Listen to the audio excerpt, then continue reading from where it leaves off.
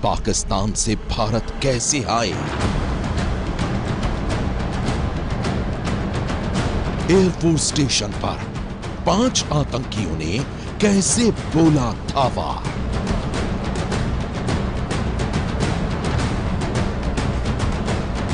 आतंकियों का क्या था सीक्रेट प्लान।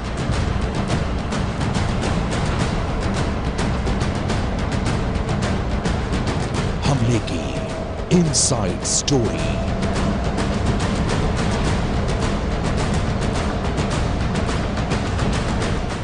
पंजाब में एक बार फिर हुआ है आतंकी हमला।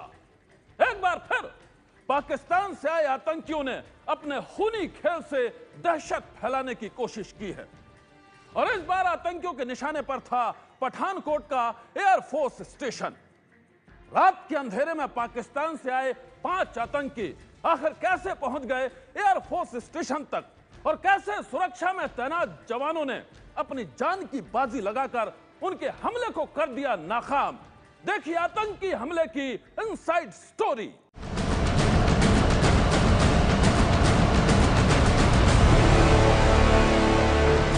दिल्ली से करीब 450 किलोमीटर दूर पठानकोट का ये वही एयरफोर्स स्टेशन है जहां तड़के करीब 3:15 बजे आतंकियों ने बोला खौफनाक हमला।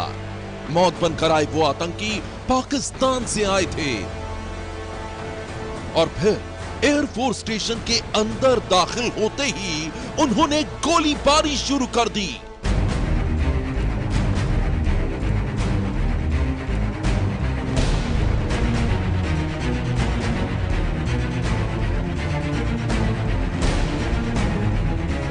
पाकिस्तान से आए वो खूंखार आतंकी 5 की तादाद में थे और उनके साथ था तबाही का पूरा मास्टर प्लान।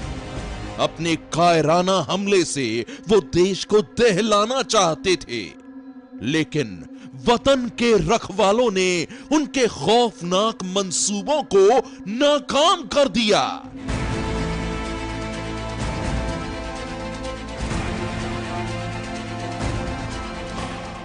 जान की बाजी लगाकर सुरक्षा कर्मियों ने 5 आतंकियों को मार गिराया और अब उनके मारे जाने के बाद आतंकी हमले की पूरी साजिश का भी खुलासा हो गया है। कौन थे वो आतंकी और वो कैसे पाकिस्तान से पठानकोट तक पहुंचे? कैसे उन आतंकियों ने हमले का प्लान किया और कैसे रात के अंधेरे में उन्होंने पठानकोट के एयरफोर्स स्टेशन पर कायराना हमला बोला? देखिए एक खौफनाक आतंकी वारदात की ये inside story.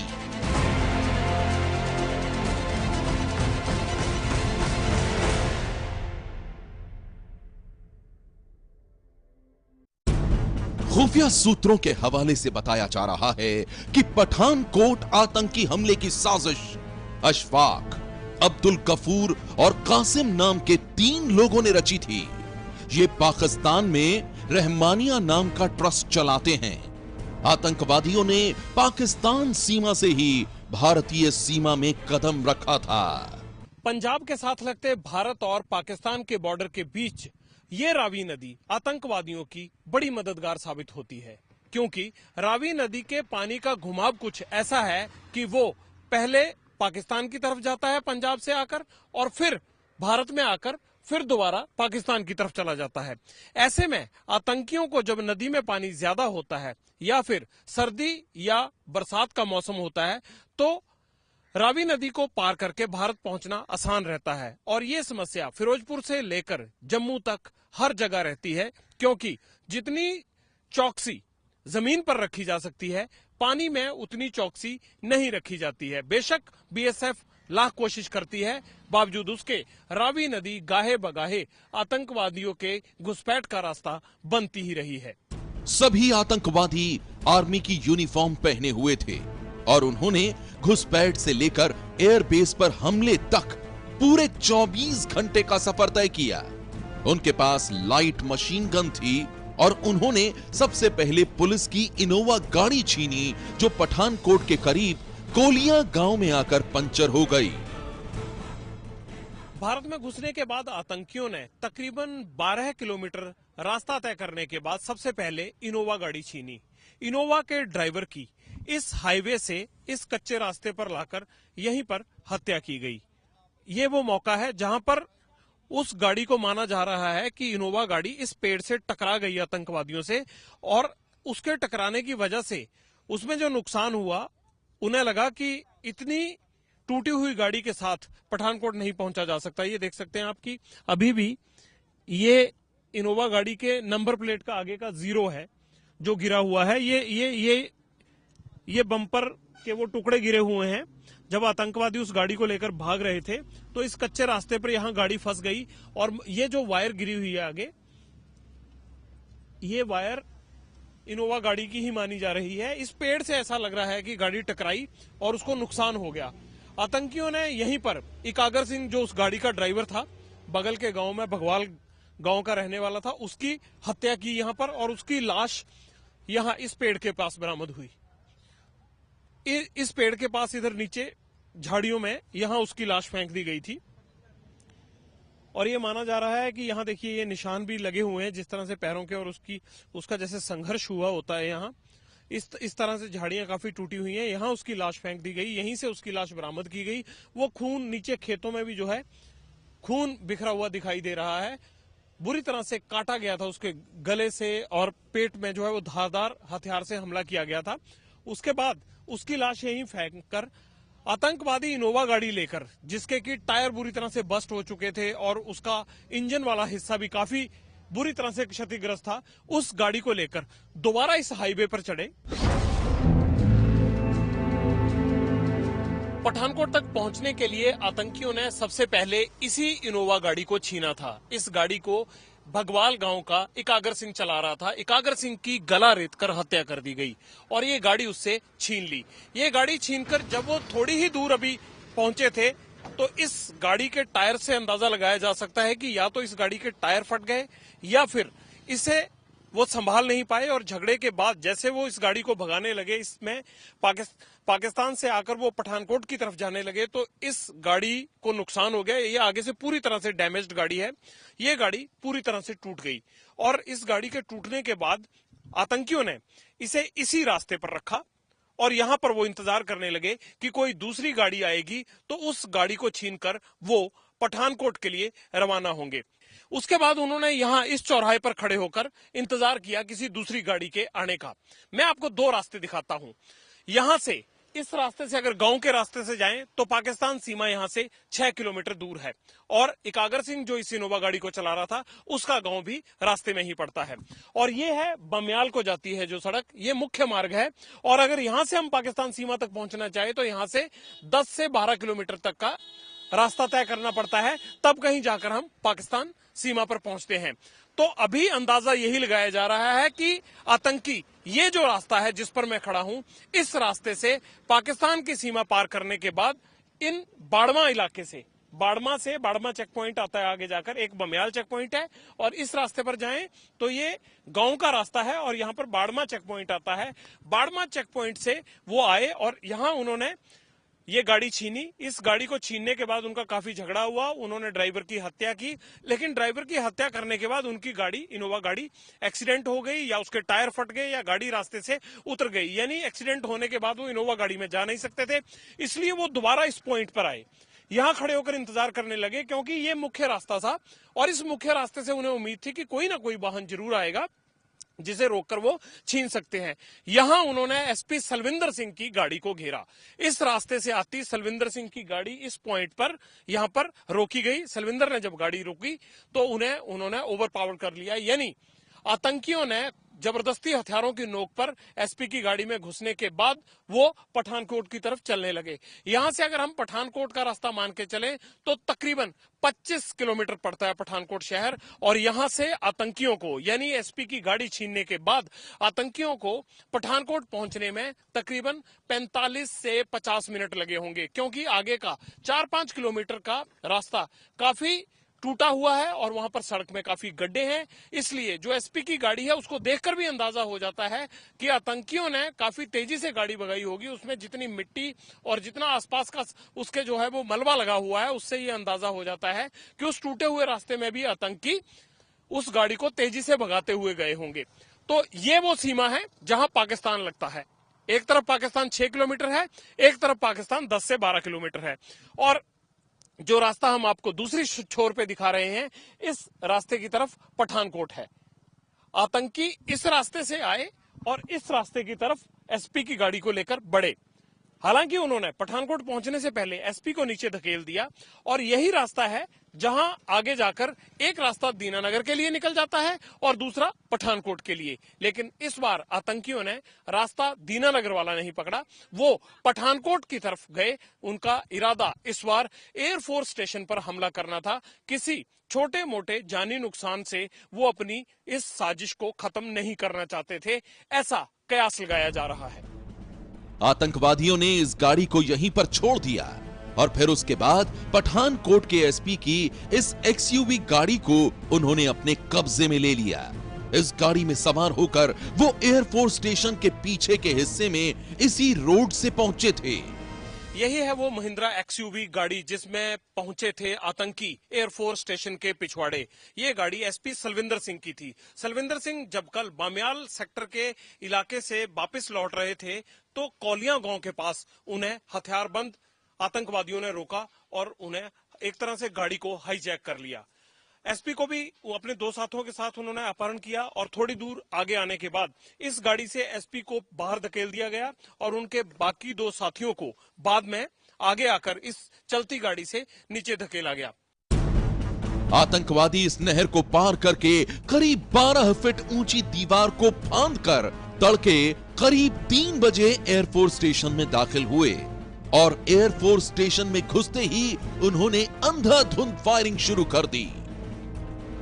SP Salwinder Singh की गाड़ी छीनने के बाद एयरफोर्स स्टेशन तक पहुंचने के लिए आतंकवादियों ने कौन सा रास्ता पकड़ा? मैं इस वक्त मौजूद हूं कालगढ़ गांव में और जिस सड़क पर मैं मौजूद हूं इसी रास्ते से कल आतंकवादी एयरफोर्स स्टेशन तक पहुंचे हैं। हम आपको स्थिति समझाते हैं कि आखिरकार कैसे ये सड़क एयरफोर्स स्टेशन तक पहुंचाती है इन आतंकवादियों को।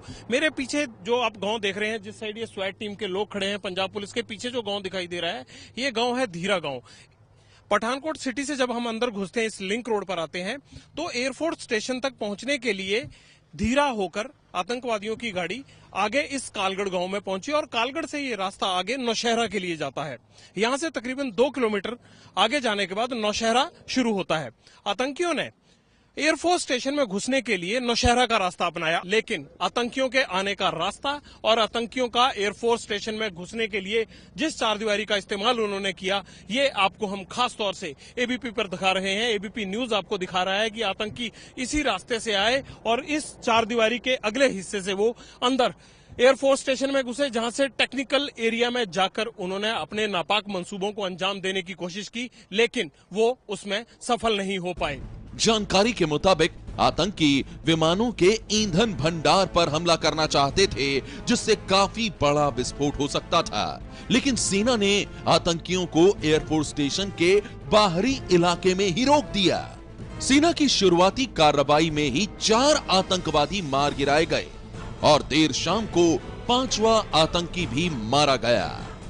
पठानकोट के आतंकी हमले ने हर किसी को दहला दिया है और अब शक यह जताया जा रहा है कि इस हमले के पीछे आतंकी संगठन जैश ए मोहम्मद के मुखिया और भारत के मोस्ट वांटेड मौलाना मसूद अजहर का हाथ है।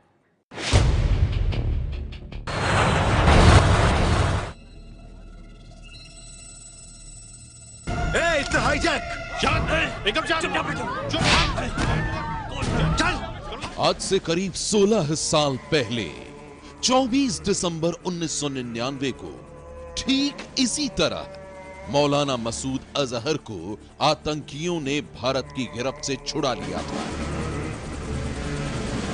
कांधार कांड याद होगा आपको, जिसने भारत को सबसे बड़ा जख्म दिया था। पाकिस्तान के 5 आतंकियों ने काठमांडू से दिल्ली आ रहे इंडियन एयरलाइंस के विमान IC-814 को अगवा किया था। और फिर उसे अफगानिस्तान से कांधार लेकर चले गए थे।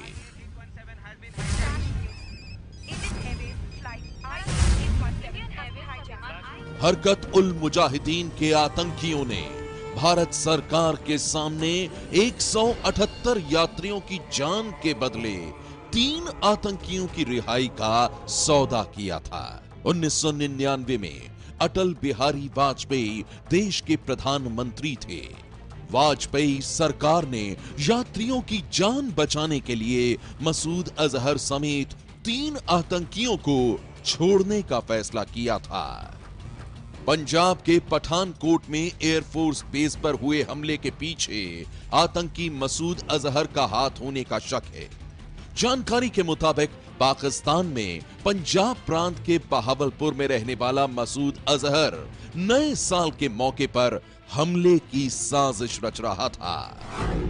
भारत की खुफिया एजेंसियों के मुताबिक पाकिस्तान स्थित अल रहमान ट्रस्ट को चलाने वाले मौलाना अशफाक, हाफिज अब्दुल गफूर और कासिम जान पठानकोट आतंकी हमले के मास्टरमाइंड हैं। दरअसल पाकिस्तान में लोगों की मदद करने वाला ट्रस्ट बनाकर आतंकी संगठन जैश-ए मोहम्मद अपनी करतूतों को अंजाम दे रहा है। साल 2010 की अमेरिकी वित्त विभाग की रिपोर्ट पाकिस्तान के अल रहमान ट्रस्ट की पोल खोल रही है।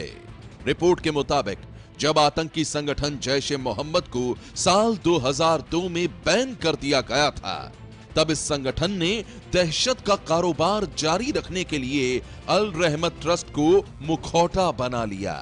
अल रहमत ट्रस्ट अफगानिस्तान और पाकिस्तान में आतंकी गतिविधियों के लिए पैसा और सामान जैसी तमाम जरूरतों को पूरा करने का काम करता है। इतना ही नहीं, 2009 में तो इस ट्रस्ट ने आतंकी गतिविधियों के लिए छात्रों को भर्ती करने का काम भी किया था। अल रहमान ट्रस्ट जैश-ए मोहम्मद के लिए आतंकियों को ट्रेनिंग देने के साथ साथ फंड्स इकट्ठा करने का काम भी करता है। रिपोर्ट के मुताबिक पाकिस्तान के लाहौर से लेकर रावलपिंडी तक और कराची से लेकर मुजफ्फराबाद तक हर कोने में जैश के आतंक का ये ट्रस्ट काम कर रहा है। पठानकोट हमले में पाकिस्तान का हाथ होने के और भी कई सबूत हाथ लगे हैं। खुफिया एजेंसियों को मिली जानकारी के मुताबिक हमले से पहले आतंकियों ने पाकिस्तान में अपने आकाओं से भी बात की। देर रात 12:35 से लेकर रात 1:40 तक 4 बार पाकिस्तान से फोन पर बात हुई। गृह मंत्री राजनाथ सिंह ने भी हमले के पीछे जैश के होने से इनकार नहीं किया। कहा जा रहा है कि जैश-ए मोहम्मद के आतंकी हैं पाकिस्तान से, तो साफ जाहिर है कि पाकिस्तान का सीधा हाथ इस हमले में दिख रहा है। अब जैसे मोहम्मद के आतंकवादी हो सकते हैं, इस पॉसिबिलिटी को हम रूल आउट नहीं कर सकते। देखिए, जैश-ए-मोहम्मद, लश्कर-ए-तौयबा, बाकी काफ़ी जो है इनके ये पाकिस्तान के आर्मी ISI के फुट सोल्जर्स हैं। UN, ऑस्ट्रेलिया, कनाडा और भारत समेत कई देशों में मसूद अजहर के संगठन पर बैन है। फिर भी मसूद अजहर पाकिस्तान में खुलेआम रैलियों में जहर उगलता है। मसूद अजहर को भारतीय विमान के अपहरण के लिए भी कोई सजा नहीं मिली और अब भारत पर ताजा हमले के बाद एक बार फिर आतंकी मसूद अजहर का नाम गूंजने की करतूत सामने आ रही है। पंजाब के पठानकोट में हुए आतंकी हमले के बाद पाकिस्तान एक बार फिर सवालों के घेरे में है। हमले के बाद जो सबूत मिले हैं उससे यह साफ हो गया है कि इसकी साजिश पाकिस्तान में ही रची गई थी। ऐसे में अब सवाल यही है कि आखिर पाकिस्तान कब तक उन आतंकियों को अपने यहां पनाह देता रहेगा जो भारत के ही नहीं बल्कि इंसानियत के भी सबसे बड़े दुश्मन हैं। सनसनी में आज बस इतना ही। आप रहिएगा होशियार। सन्नाटे को चीरती सनसनी कल फिर देगी दस्तक आपकी दहलीज पर। सनसनी